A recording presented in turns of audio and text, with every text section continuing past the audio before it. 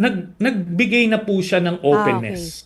And that's a good enough sign. Sinasabi naman natin, we're not asking VP Lenny to declare.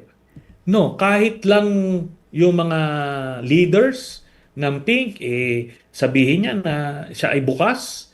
So, sa pagtakbo, hindi naman yun i-declare mo sa media, open. Hindi. Pero meron, at least alam nyo kung saan ang direksyon. At ang kagandaan nito, si Senator Risa, ginawa niya na yon. Nag-declare siya ng openness. She's not saying she will definitely run because marami pang mga requisites yan. But at least the very basic question, kung Kapit. Ay, kapit signal. Kasi gusto ko rin malaman kung sino yung pinupush na katandem ni Senator Risa. Yeah. Senator? Yeah. Senator Trillanes. Babalik yan. Signal. Oo. Tama ba ako nang intindi?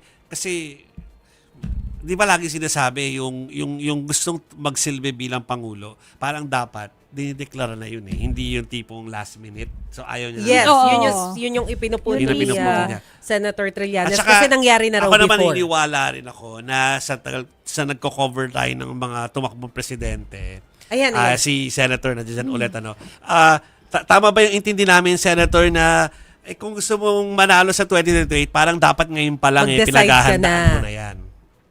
Opo. Yeah. Di ba ganun na nga nangyari sa atin noong 2022 dahil because of the indecisiveness hindi nakapag-prepare. So dapat natuto na tayo doon.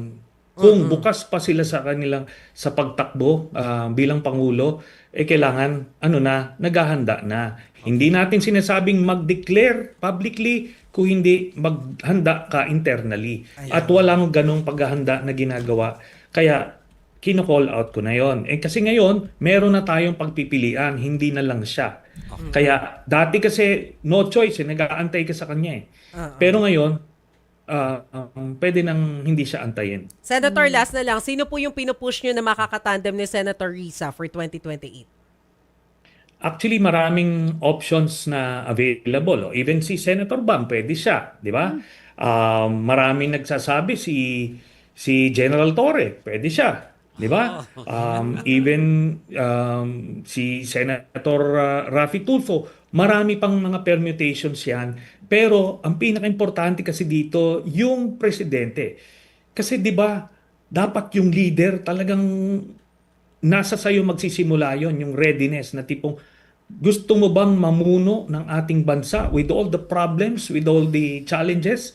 Kailangan buo ang loob mo to answer that question. Yes, hindi pwedeng itutulak ka ng mga tao kasi yung mga ganong mga pa-cute na style of politics hindi na nga bumenta Tsaka it's unfair to the people na pinipilit ka pa na maging leader nila.